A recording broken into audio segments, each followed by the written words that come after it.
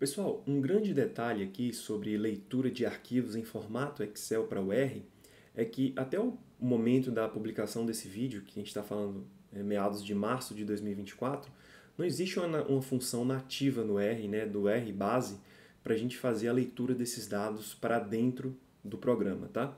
Então, quando a gente precisa de funcionalidades adicionais, né, utilizar outras funções e instruções que não estão presentes no R base, o que a gente faz, na verdade, é instalar pacotes que trazem essas famílias de funções que a gente precisa para fazer a análise dos dados. Nesse caso, o pacote que a gente utiliza é um pacote chamado readxl, tá? Ou readxl, ok? E aí, para fazer a instalação desse pacote, tá? Para quem não tiver instalado nos seus computadores, eu vou vir aqui no console, mas eu posso fazer aqui em cima também. Eu só vou trazer para o console porque, em geral, a gente não salva instruções de instalação de pacote, porque a gente precisa instalar uma única vez e depois é só chamar esse pacote, tá? Então, eu vou escrever install packages, vou abrir aspas, tá? E vou escrever readxl, ok? E vou dar um enter. E aí ele vai fazer o download desse pacote, né?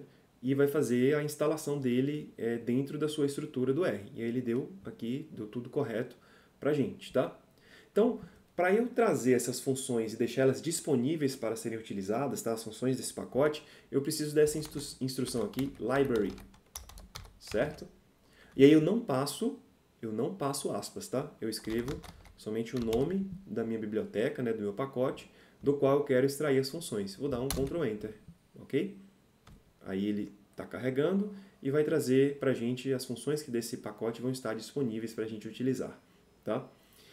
Antes de fazer propriamente a leitura, eu quero abrir esse arquivo do Excel, tá?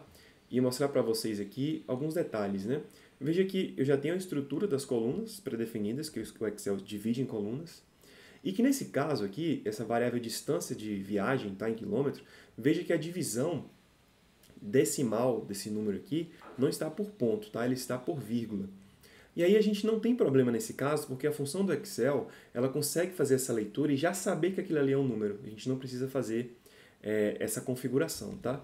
Então tem essa facilidade no processo de trabalhar com o Excel, porque o Excel já tem os metadados dele, sabe como é que está a estruturação disso ali internamente, ok? Diferente de um CSV. Então vou fechar isso aqui, não vou salvar, tá? E aí, para eu fazer a leitura desse arquivo para dentro de um objeto no R, eu vou chamar esse objeto de def3, a função do readxl que a gente utiliza é a seguinte, é read, tá? Underline, xls, que é o formato que a gente quer, tá? E aí veja que eu tenho uma primeira instrução path, eu vou pedir a ajuda dessa função, vou clicar em F1 aqui, veja que tem path, tem sheet, né? E tem várias outras configurações aqui, tá? O que mais interessa pra gente aqui, pessoal, é o nome do arquivo, que é o path, tá? Então eu preciso abrir aspas e escrever viagens, underline, trabalho.xlsx, certo? Preciso colocar a extensão do arquivo. E aí o sheet, né? Eu vou abrir de novo meu arquivo do Excel. Veja que eu posso ter várias planilhas nessa pasta de trabalho do Excel, tá? E aí, se eu tiver várias planilhas e não for a primeira, eu preciso identificar qual é o nome dessa planilha, tá? Nesse caso aqui, como só tem uma planilha, a gente não vai ter problema com isso. Mas eu vou deixar explícito porque vocês podem ter problema com isso caso leiam uma pasta de trabalho do Excel que tenha várias planilhas, tá? Então eu vou colocar aqui, né, o meu sheet vai se chamar, vou abrir aspas, sheet 1, e aí eu vou fazer a leitura desse arquivo. Veja, mesma coisa, sem observações de 5 variáveis. Quando eu der um view, def3, tá? Vocês vão observar do mesmo modo, tá, que eu fiz a leitura dos outros dados, o def e o def2, ele fez também a leitura correta. E veja que aqui no R, como o R não entende vírgula como separação decimal, ele faz a conversão adequadamente para ponto, tá? A partir do seu arquivo do Excel. Então, muito importante. Se a planilha que você estiver lendo do Excel não for a primeira, tá?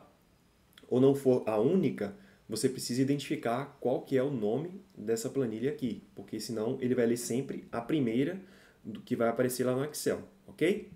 Então era isso basicamente sobre leitura de planilhas no R, tá? Valeu, pessoal, e até a próxima.